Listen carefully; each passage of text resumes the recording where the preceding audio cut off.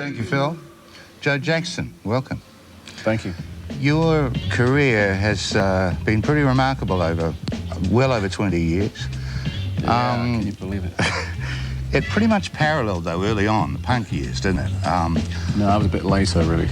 Well, the ethos of the punk thing was that anybody could pick up an instrument and be a rock star, yeah? But that wasn't an option for you. You'd already studied, you were already pretty much at home with music, yeah? Yeah, I really screwed it up tonight. All those years of study just disqualified me. It's amazing. Did the notion that anybody could do it really annoy you? No, not really. I mean, I loved punk, you know, but I thought it was really funny. I didn't take it all that seriously. I just thought it was very amusing. The notion that anyone can do it, I don't know, anyone can do it, I suppose. But there's always going to be a difference between people who do it well and, you know, like really have talent, have imagination, have something original to offer.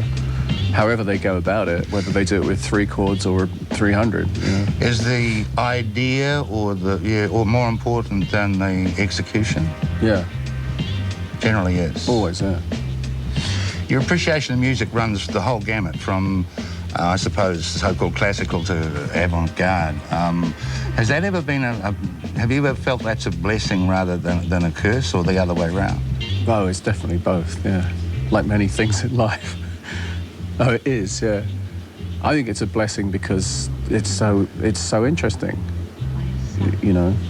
But it's a curse in terms of it just makes life more difficult.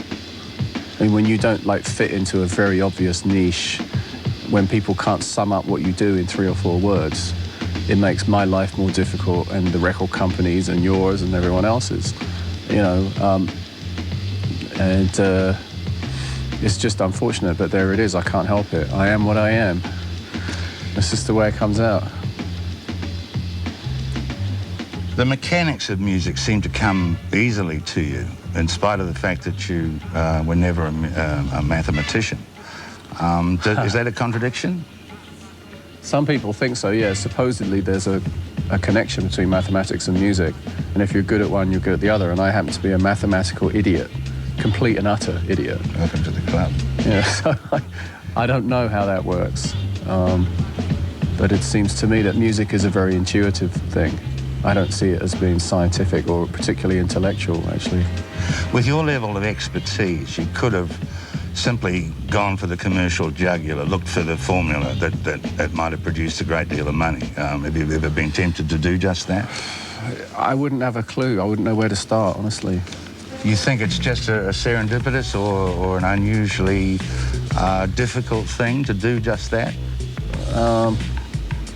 I think serendipitous is probably the word, yeah. I mean, I think there's a lot of luck and timing and very intangible things involved in it. And some people do seem to have a knack or a formula for having one hit after another, but it's not many, actually. And when you think about the number of records that are made and released every month, I mean, it's way too many, you know. And probably 90-something% of them are people trying to have a hit, you know, thinking that they've got a handle on it, and they don't succeed.